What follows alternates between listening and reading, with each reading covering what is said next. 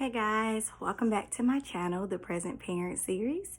I just wanted to hop in and quickly discuss 5 tips about breastfeeding. So I am 10 months in on my breastfeeding journey with my son, and I'd be lying if I said that it's been a smooth journey, right? Had some hiccups along the way. But overall, it's probably the most rewarding experience I've ever had. And I'm so glad to still be on this journey with my son. With no stopping point so far, I would love to stop at 1, but the weaning process is a whole different story. So I'm just here today just to give you these 5 tips to help you be successful with breastfeeding. So first thing first, get a pump, right? So I loved my manual pump. All right, I actually caught this on clearance at Walgreens for 17 bucks. I think they're originally about $35. I like the manual pump because it's not too many parts. Only comes in a couple of pieces, and they're very easy to wash. And this is the Lansano brand. Let me back this camera up so you can see. All right, the Lansano brand. All right, you can find this anywhere: Walgreens, Target, Walmart, etc. Also like this because when you're on the go, you can do a quick pump, put your milk in your bag, put it in the refrigerator, put it in the freezer. And again, easy to put together and not too many parts to wash. I also have my electric pump, which I cannot find at the moment, but I use the Mandela pump. And it comes in several different pieces, but I really enjoyed it. It's really quick and easy to wash. It's one of the more well-known pumps. Almost everyone that I know has a Mandela pump. So what I want to encourage you to do is to go through your insurance companies and get your breast pumps for free. I did not pay for my Mandela pump at all.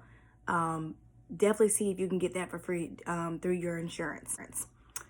Second thing, most important, have a support system. My sister was the first person in my family to breastfeed. We are both formula babies.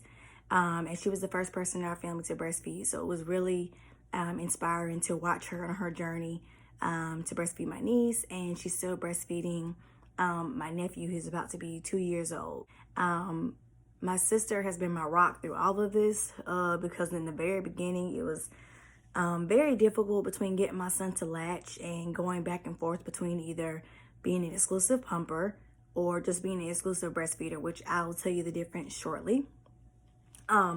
My significant other has also been a huge support. There were times where he would like keep my snacks by the bed, keep my water by the bed, or since I was, mostly primarily doing the feedings, he would like do the diaper changes at night.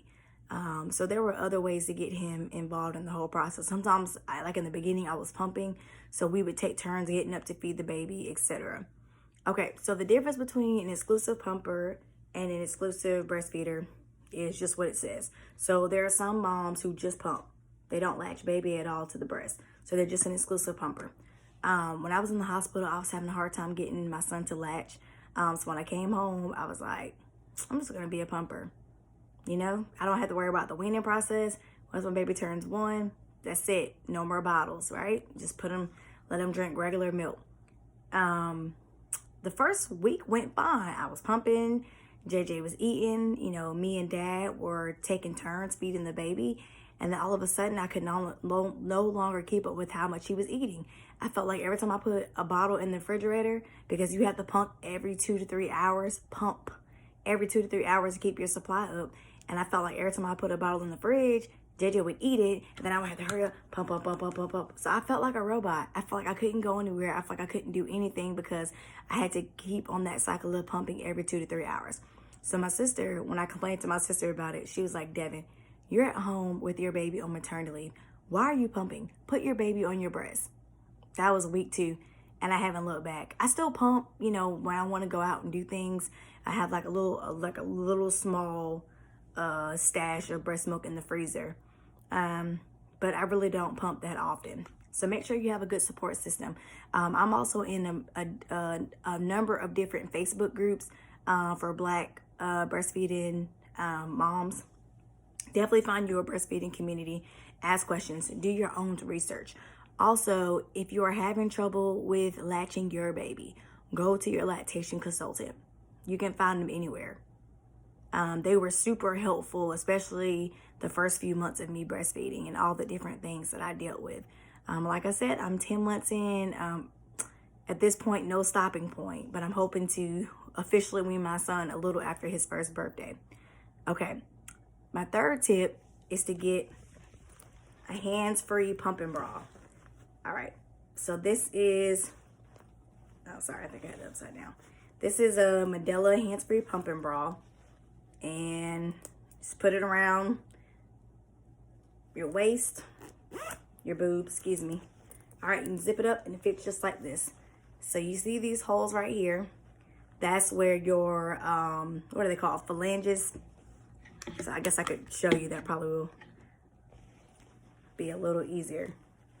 So you put that through here. And obviously if you have a electric pump, it's gonna have two of these because it's gonna pump both boobs at a time. And then you put your pump in here.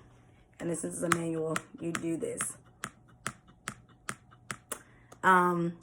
This is not the best example because, again, if you were using an electric pump, you would not be using your hands at all, which is why this is called hands-free.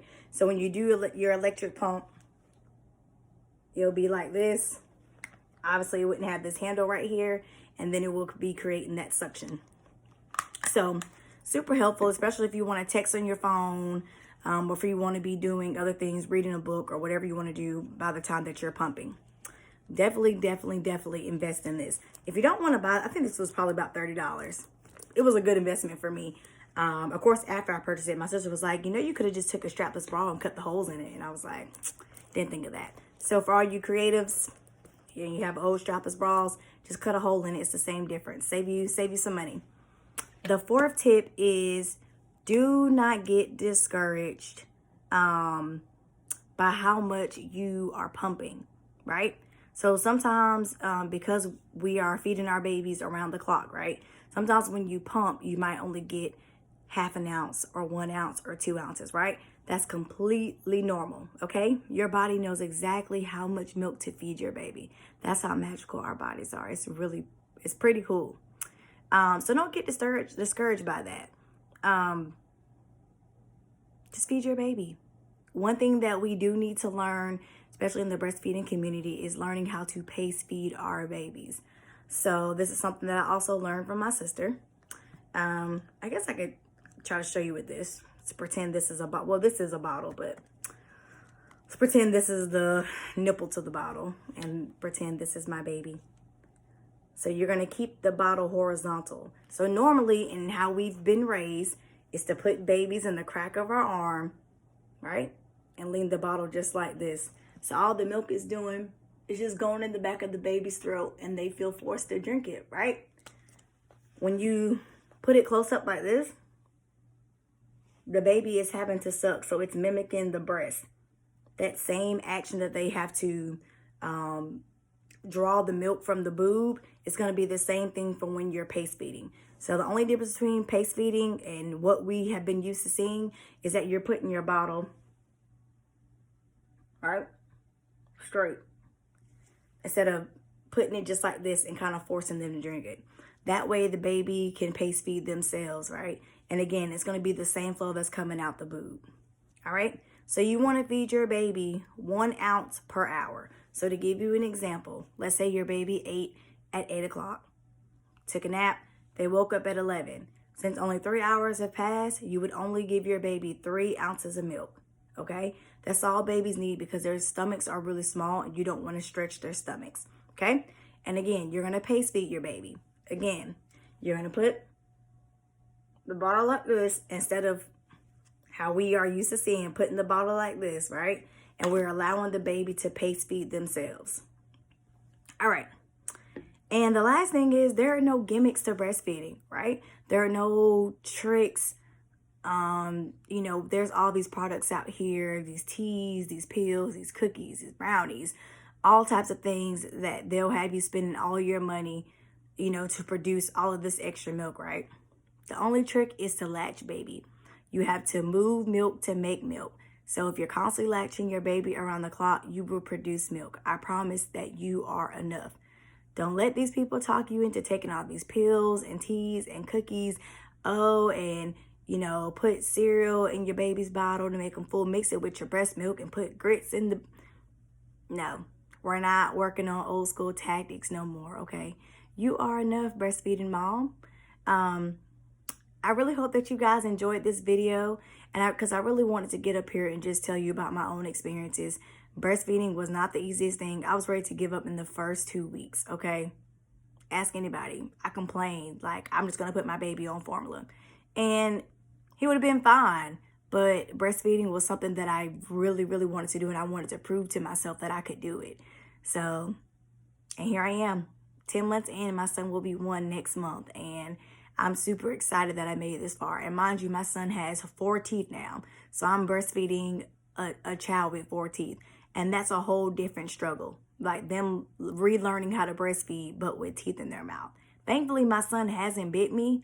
But I know people whose kids do bite them while they breastfeed. And that's a whole different story.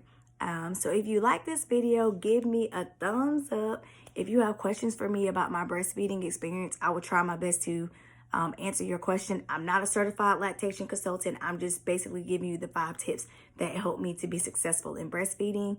If you have any questions or comments, concerns, leave me a comment below, okay? I really hope you like this video, and in the comment section, I'll put the names of my manual pump and my electric pump. And I got those through the Aeroflow website. So make sure you get them free through your insurance. Don't go out and pay for a breast pump if you don't have to, okay? All right, subscribe and leave me a comment, and I'll see you next time.